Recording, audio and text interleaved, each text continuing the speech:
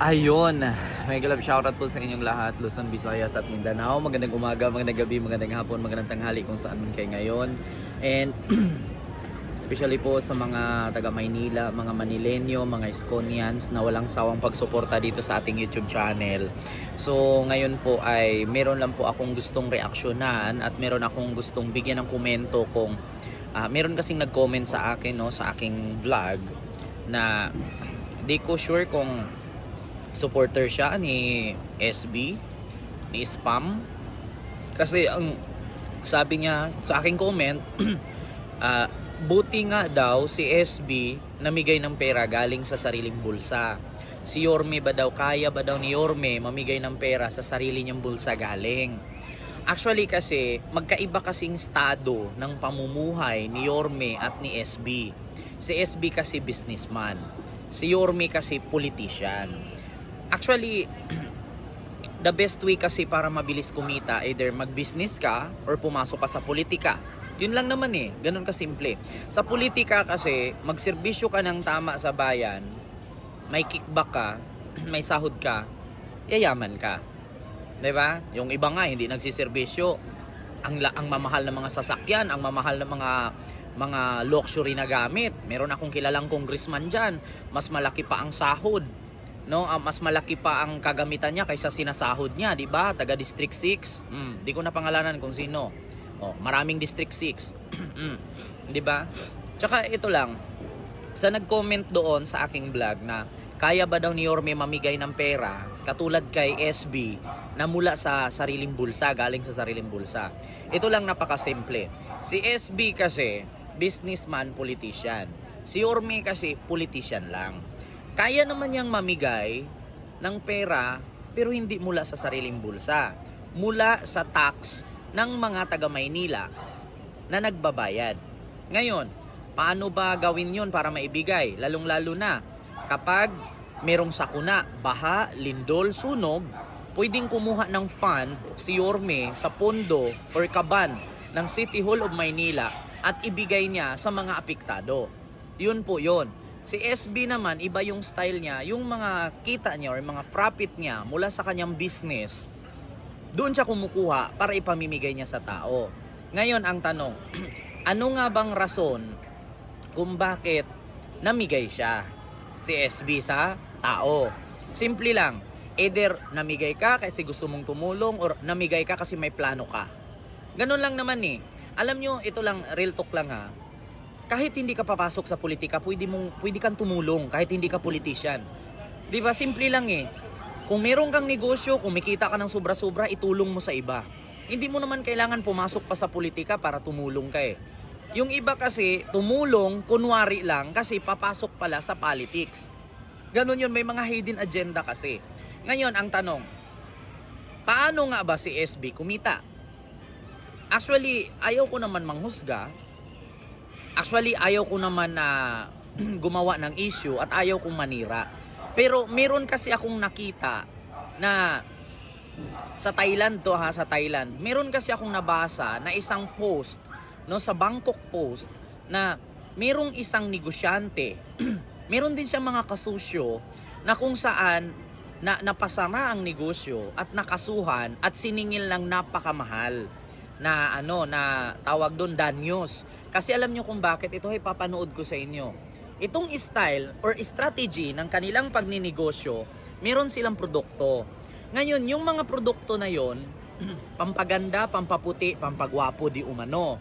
So ngayon, para mabenta yung kanilang produkto, kumukuha sila ng mga artista na ini-endorse yung produkto na yon. So ngayon, syempre, kapag kumuha sila ng artista, malamang sa malamang yung mga artista, mga magaganda na yun, artista yun 'Di ba? Wala namang artistang pangit maliban na lang sa mga artista na pagod at saka yung sumusulong katulad ng mga gera-gera, katulad ng mga ni Coco Martin, 'di ba?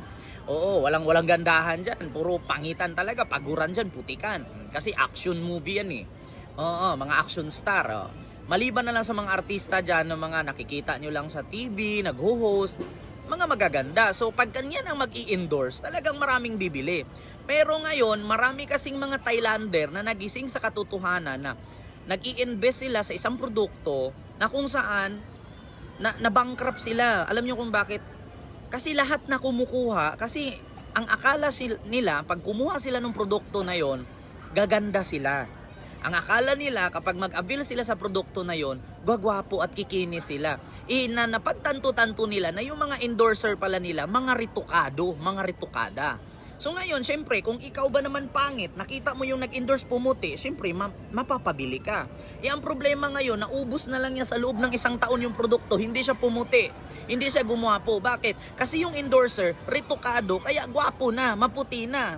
Ritukada, kaya gwapo na, maganda na, maputi na. So ngayon, napagtanto-tanto, sinurrender nila lahat yung ina-avail nilang produkto. So ito, ipapanood ko sa inyo, ha. Kaya yung mayaman yung may-ari ng Icon. Ngayon, panoorin nyo. The Icon Group, Thailand's major fraud case.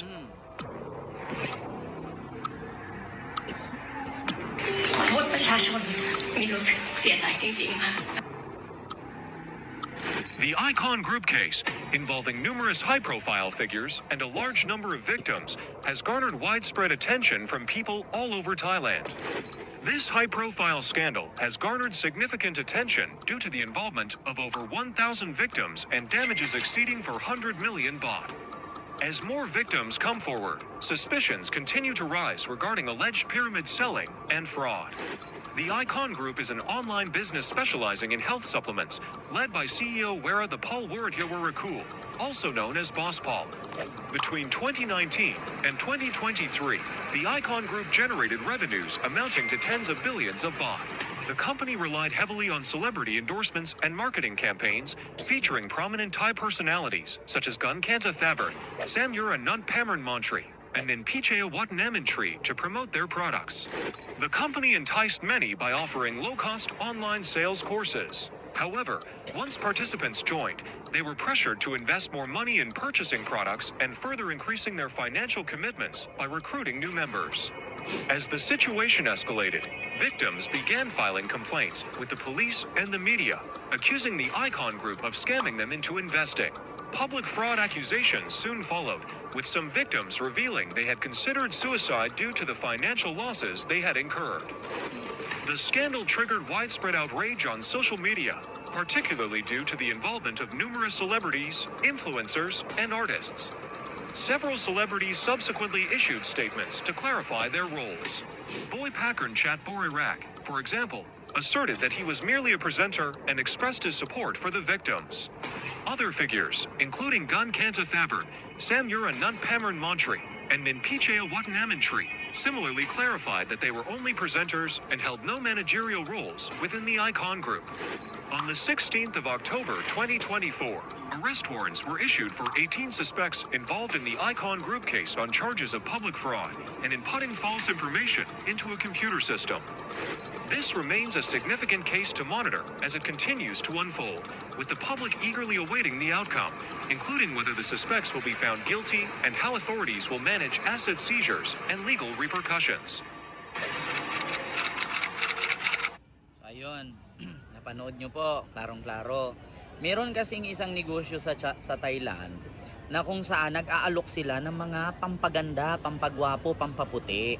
Ang problema lang, ang mga Thailander kasi, ilang beses na silang gumamit, ilang beses silang uminom, ilang beses silang magpahid, hindi sila gumanda, hindi sila gumwapo. Alam mo kung bakit? Kasi hindi naman talaga umiipik yung gamot. Actually, yung mga endorser nila, mga artista, mga magaganda, mga ritukado-ritukada yun. So ngayon, kung magpapauto ka, talagang mapapabili ka, yung mayaman yung may-ari ngayon ng produkto. Ang problema ngayon, nagrereklamo na yung mga Thailander kasi ang dami nilang binili. Hindi naman sila gumwapo, hindi sila gumanda, walang side effect. So ang nangyari ngayon, napunta sila sa pyramid scheme. Ano bang ibig sabihin ng pyramid scheme? Ang pyramid scheme kasi, meron kasi yung tinatawag na puno, sanga, sanga, sanga, sanga. Halimbawa ako yung pinakamay-ari ng company.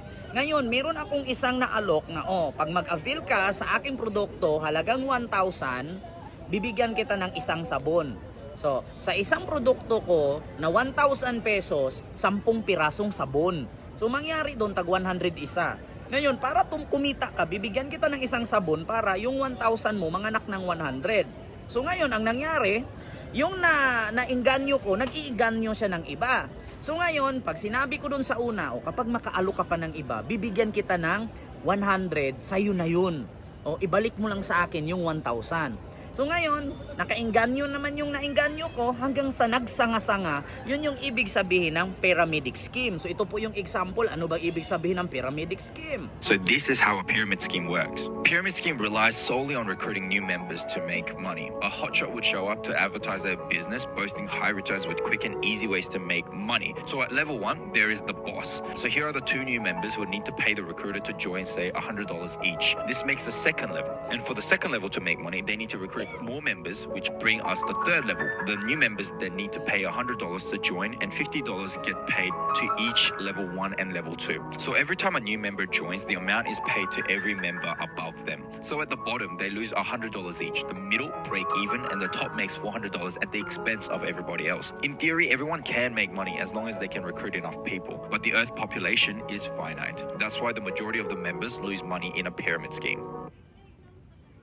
Ngayon alam nyo na. Sa pyramid scheme talaga, walang mangyayari. Ang yumayaman lang dyan, yung pinakapuno. Pero yung mga sanga doon, malulugi. Bakit? Kung halos lahat na mag-a-avail sa produkto ko, wala nang bibili. Halimbawa ngayon, sasabihin ko ako si Kent, may-ari ng balutan. Balot. Ang negosyo ko, balot. Ngayon, sa 10 pirasong balot, 50 pesos lang. Pag mag-avail ka ng 50 pesos na balot, lalagyan ko ng isa, magiging 11 na. So ngayon, kung halos lahat nagbibenta na ng balot, sino pang bibili? Ngayon ako yung producer ng balot, ako yung may-ari ng balot, lahat sila kukumpra sa akin. Ngayon, sino pang bibili kung halos lahat ng tao sa lugar kung saan ako nakatira, nagbabalot na? Pag lahat na nagkaroon ng balot, hindi naman po pwede araw-araw kakain ng balot. Baka ma-high blood pa, mamatay pa yung mga membro ko. So ang nangyari ngayon, ako yung mayaman, yung mga downline ko, hirap lahat. Yun ang katunayan. Kaya kaya ba ni Yorme mamigay ng pera tulad kay SB? Hindi kaya ni Yorme. Hindi naman si Yorme negosyante. Politician si Yorme. Kaya lang ni Yorme magserbisyo sa tao, magtrabaho sa bayan. Hindi po siya negosyante. So yun lang. Alam nyo, sa totoo lang, alam ko ang mga Iskonians, mga Manilenyo, hindi po tayo bobo. Mabilis tayo makaintindi. Isa lang aking masasabi, mapagmatsyag, mapagpanuri at mapagmasid para hindi po kayo maloko ng ating kapwa. Maraming salamat and see you next vlog. God first. Thank you.